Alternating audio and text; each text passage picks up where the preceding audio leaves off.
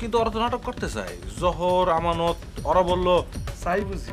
হ্যাঁ, এবার বুঝতে পারতেছো মোবারক পলিটিক্সটা কোথায় হচ্ছে? আরে বুঝতে হবে ক্লাবের বিরুদ্ধে একটা থার্ড পার্টি কাজ করতেছে।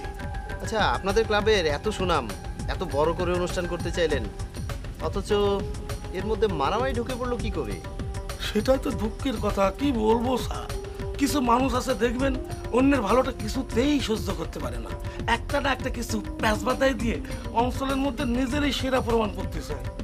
ওই দারোগা বেটা আবার আপনাকে ধরে নিয়ে যাবে না তো? আমাদের ধরে নিয়ে গেলে তোমার কি? নাটক হবে না কে বলেছে? আমি শিল্পীদের খবর পাঠাইয়া দিলে নাটক হবে।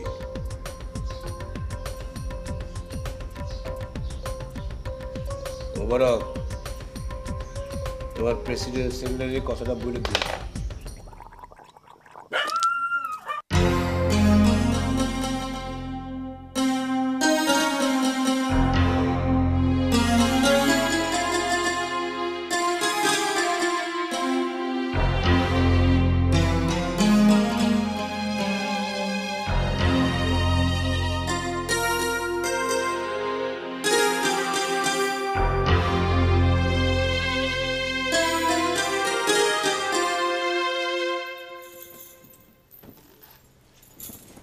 সেদিন একটা পার্টির সাথে শো করার কথা হচ্ছিল। ওই বসন্তপুরের কথা বলতেছিস? না না, অন্য পার্টি। না না, যাওয়া হচ্ছি না। টালি পরে তো কুসুম ভরে নিয়ে। তোর ঘরে আয়না আছে রে পুষ্প? কেন দিদি, তোমার লাগবে? ওই আয়নায় নিচে চেহারাটা কখনো দেখেছিস? কি হাল বানিয়েছিস এই চেহারাটার। ও কিছু হবে না। আবার মুখে মুখে কথা বলতেছিস। এই চেহারাটা বেশি খাতি হয়, যত্নাত্নি করতে হবে না? চেহারা বেশি সুন্দর হয়ে গেলে অসুবিধা আছে দিদি। করি তো দাসী মান্দির পাঠ। যদি চেহারাটা রানিসতে সুন্দর হয়ে যায় তাহলে লোকে হেসে খুন হবে। ওরে বাবা রে, আজকাল অনেক বুঝতে শিখছিস। হ্যাঁ,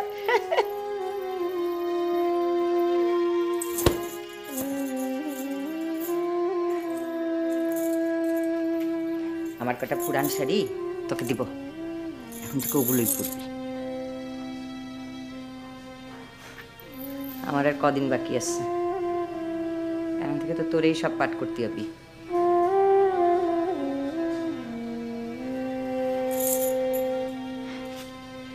আমি একদিন নতুন এসেছিলাম, জায়গাটা পাতি জানতে হয়, সাইতেও হয়।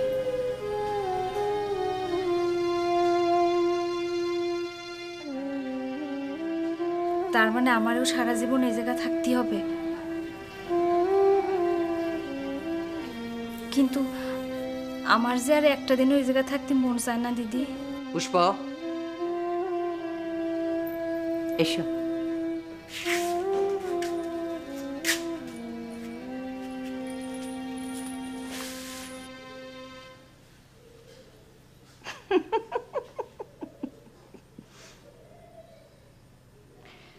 মেয়েটা তোমারে ভয় পায়নি কি অনুকূল?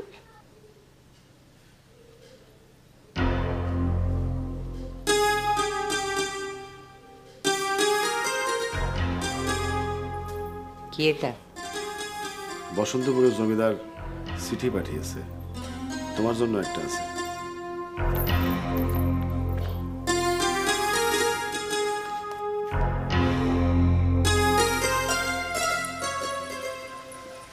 পুষ্প,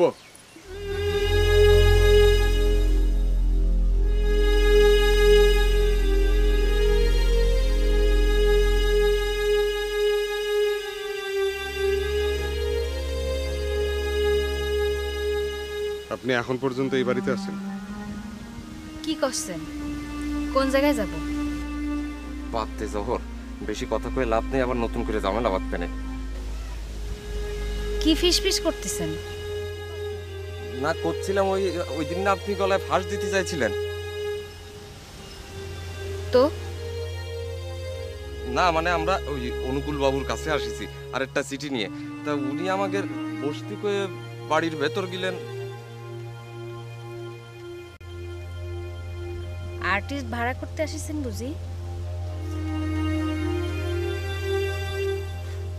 লাভ হবে না, বাবু কইছে উনি আপনাকে ওই জায়গায় যাবে না। ওর বাপ যাবে।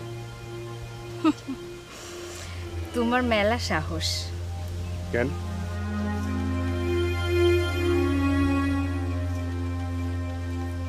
এরম করে তাকায় রইছো কেন? গিলে খাবা? জীবনে কোনোদিন চোখের সামনে জ্যান্ত মেয়ে মানুষ দেখো নাই? পুরুষ মানুষ সব একরকম। চোখের সামনে জ্যান্ত মেয়ে মানুষ দেখলি চোখ কপালে উঠতে সময় লাগে না। চিঠিতে স্পষ্ট করে লেখা আছে অনুকূল বাবুর দলের সঙ্গে পুষ্পরীয় জাতি হবে। আমি যাব না।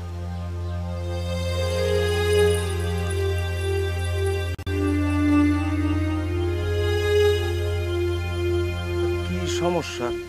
এদিক চোখ পাল্টি খাচ্ছে। এ জহর চল দি, চল ভেতর চল।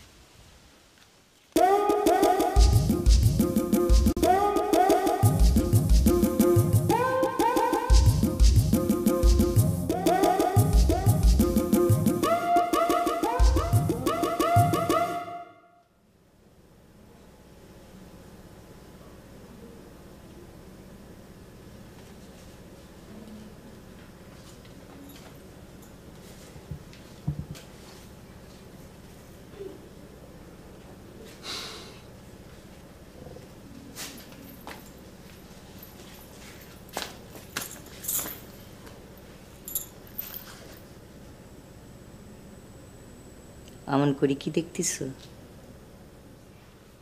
না, ভাবতেছি তোমার আবার কিছু বলার আছে কিনা। আমার আবার কি বলার থাকবে? জমিদার বংশের এক লোক নিজের হাতে লিখে চিঠি পাঠিয়েছে। না যে উপায় আছে অনুকূল বাবু। আমি জানি তুমি বিগড়ে গেছো, কিন্তু আমি যা করছি ভেবে চিন্তে করছি। টাকার কথাটা একবার ভেবে দেখিস? দিন দিন কাজ কাম কমে আসছে।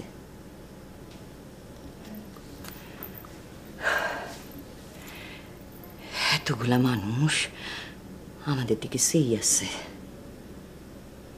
আর পুষ্প দরকার লাগলেই যাবে। তোমার তো সিদ্ধান্ত নিতে এত দেরি হয় না অনুকূল? এবার মনে হচ্ছে একটা অঘটন ঘটবে। ঘটলে ঘটবে, চলো একসাথে যাব আমরা। দেখি আমাদের জীবনে আর কতগুলা অঘটন ঘটার বাকি আছে। তুমি বুঝতে পারতেছো না রমা? আমি ওই ছেলেগুলোর সঙ্গে কথা বলবো। তোমার যা ইচ্ছা। ওই ছেলেটা আসছে, কি জানো নাম? জহর। জরুর।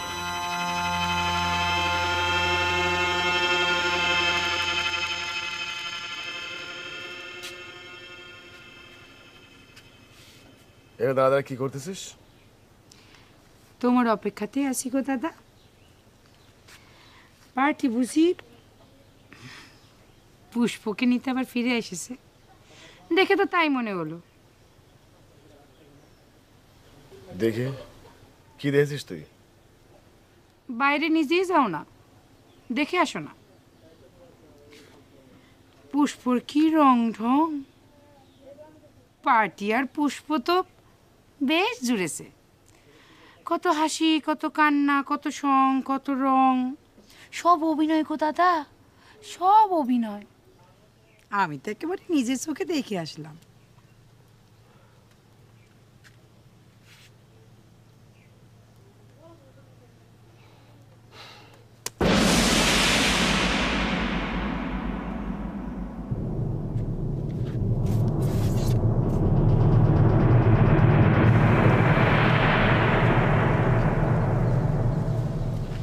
ও, আপনারা এখানে কি ভাবিছিলেন? চলে গেছি। বারবার তো আর খালি হাতে ফেরা যায় না অনুকূল বাবু। এবার একটা পাকা কথা নিয়ে যাবই। অ্যাডভান্সও আনিছি, যাতে আপনি আর না বাইকে বসতে পারেন। সিডিটা কি রমানের হাতে দেওয়া হয়েছে? আপনারা বসেন, রমা আপনাদের সাথে কথা বলবে। কি কথা আবার? উনি কি জাতি যাচ্ছেন না? অসুবিধা নাই, তার জায়গায় পুষ্প গেলেও চলবে। কিরাকারি করছি তোর যদি দেখে দেখেছি। জল আনতে গেছিলাম দাদা। যা বাড়ি যা।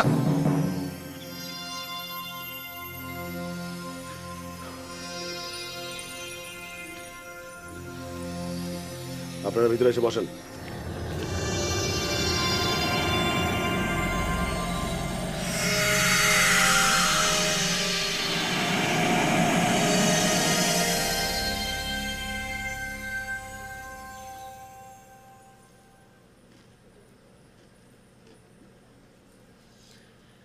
কালে কালে কত কিছু দেখবো। এ জীবনে কুসুম তো আর কম দেখলো না।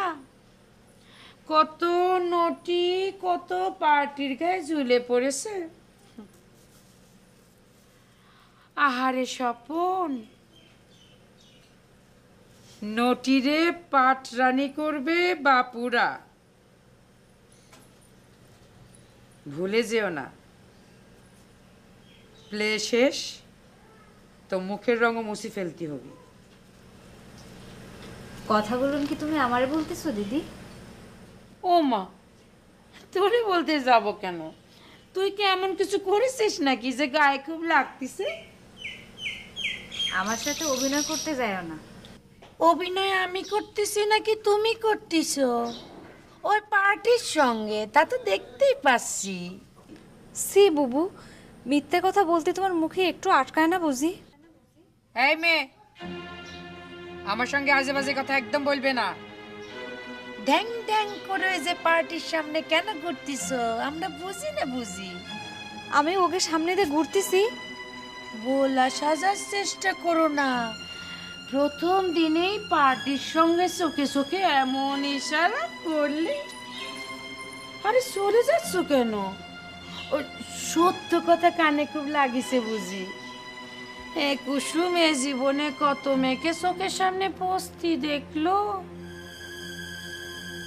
তুইও পৌঁছবি, পৌঁছে তারপর মরবি। যে চোখে তোর এত ইশারা, সে চোখে তোর পছন্দ লাগবে আমি বলে দিলাম। কথাটা মনে রাখিস।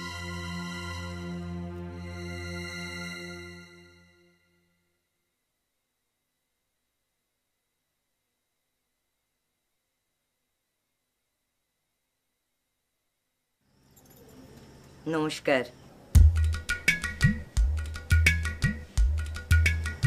নমস্কার।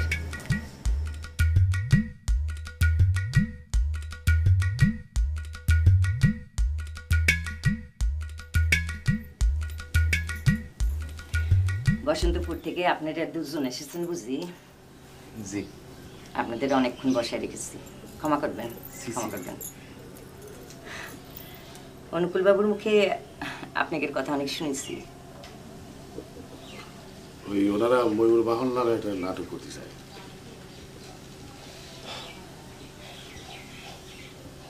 আমাদের দরকার বুঝি? জি।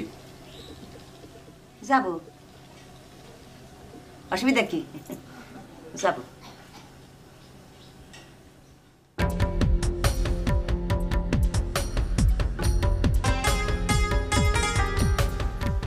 আপনি এই নাটকে অভিনয় করতেছেন তো?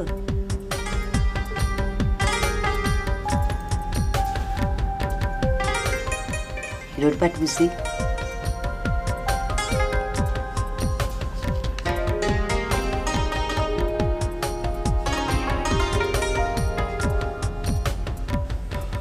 অনুকূল বাবু, ওনাকে বলে দিবেন এখনই টাকা দেওয়ার দরকার নেই। না, আমরা নিয়ে আসিছিলাম অ্যাডভান্স। আমাকে কবে যেতে হবে? এই 3-5 পরে এসে আপনাকে নিয়ে যাব না? তাহলে তাই কথা রইল, বাদ বাকি কথা অনুকূল বাবুর সাথে বলে নেবেন।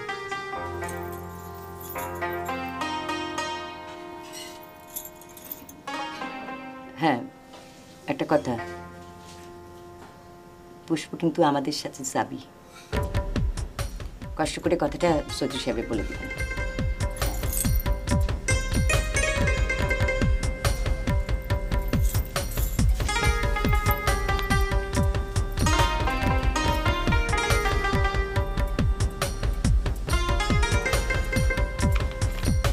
থাকে না, পরে হিসাব মিলাই দেবেন। তাহলে আপনারা চলে যান। নমস্কার। নমস্কার।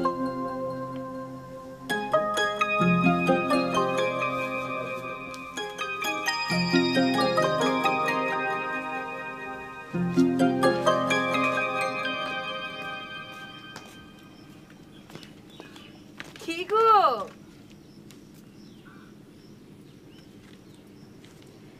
আজ বুঝি জল খাবা না তোমরা? কুসুম,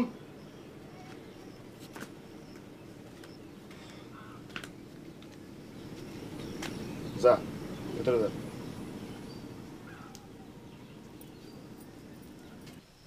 আর কিছু বলার আছে? তাহলে চলে যান।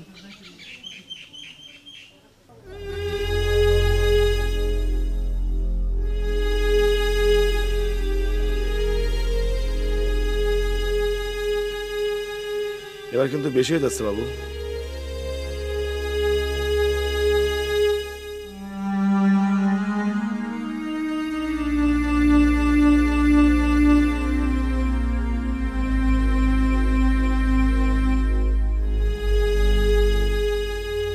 কি হলো? একটা জবাব দিয়ে আসার কাম আছে। অনুকূল বাবুর কথা করছিস? শালা একটা মস্ত হারামি, চোখে মুখে কিরকম শয়তানি খেলতিস আর দেখছিস? তুই দাঁড়া, আমি আসতেছি। পাগলামি করিস না তো জহর, এমনিতে অনেক ঘটনা ঘটিছে। তাহলে পরে কি এমনি এমনি ছেড়ে দিব? বুঝতে পারতেছিস না কি জন্যে? ঠেকাটা তো এখন আমাদের। আচ্ছা, একবার উল্টো করে ভাবে দেখ, রমা রানীর মতো অত বড় একটা অ্যাক্ট্রেস আমাকে কি সম্মানটা দিল। সে তো নিজ মুখী বলিল যে পুষ্প তাকের সঙ্গে আসতিছে। আর হারিয়ে যাবার একটা কষ্ট থাকবে না? এখন ঝামেলা করলে বিপদ তো আমাদেরই, তাই না? এক জিনিস নিয়ে তো বারবার আর চৌধুরী সাহেবের কাছে যাওয়া যাবে না। তাহলে পরে এমন একটা কিছু করতে হবে যাতে চৌধুরী কান পর্যন্ত না যায়। তুই মাথা গরম করে কথা করছিস। এমনিতে আমি মোবারককে একবার ধরে কি করতে চাইস? অনুকূল রে একটা শিক্ষা দিবানি। এই দেখো,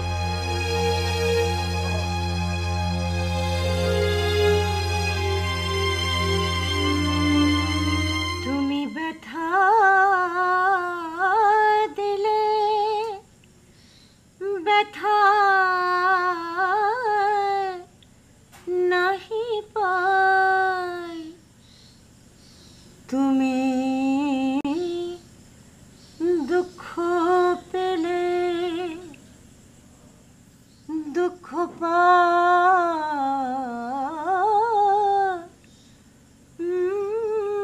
গো তুমি।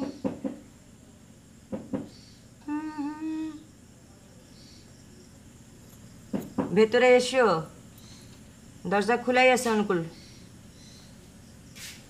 গলা দিলে ব্যথা নাহি পাই,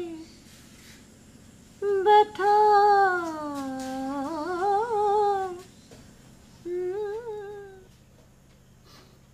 বাহ বাহ, সুবাস ছড়াইছ ঘরে। হ্যাঁ,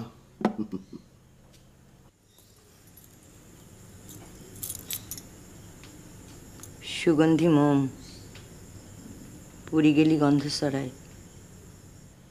এদিকে যে আমি পুড়ে খাক হয়ে যাচ্ছি রমারানী। বড্ড বেশি নেশা করিস আজ। না না রমারানী, কথা ঘোরাবার চেষ্টা করো না রমারানী। যে কথা তুমিও জানো আমিও জানি, সে কথা ঘোরাবার কি আছে অনুকূল বাবু? আমারে আমার দাপট দেখায় গেল। দাপট তো তোমারও কম নাই, পারলি দেখায় দাও, দিন তো চলে যায়নি। তুমি বলতেছ? তুমি জানো আমি চাইলে সব কিছু পুরে সার খার করে দিতে পারি। সাবধান সাবধান অনুকূল বাবু, সে চেহারা আমি ওই ছেলে দেখেছি, সাবধান।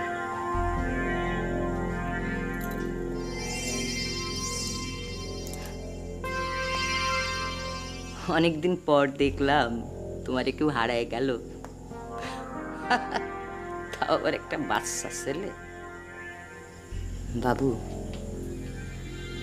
যদি হারিয়ে যাও তাহলে কলাম সব হারাবে, সব। তুমিও চলে যাবা?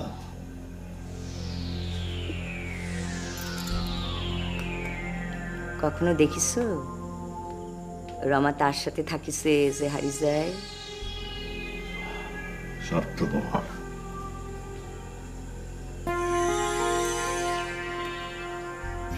একদিন তুমি নিজের স্বার্থে আমার এখানে আনিসলে, কথাটা এত তাড়াতাড়ি ভুলে গেলে কেমন করে অনুকূল বাবু?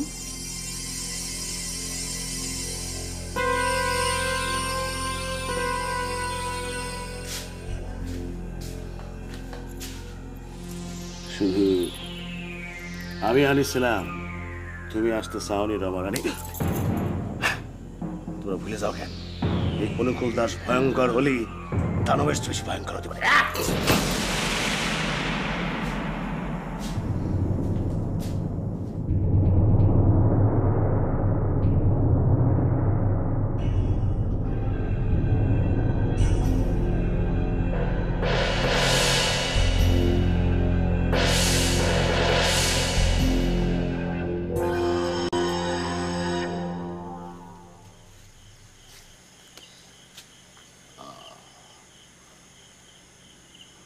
বাংলা, বিহার, উড়িষ্যার মহান অধিপতি জনাব আলিবর্দী খা, তুমি বলেছিলে জনাব, কে জানে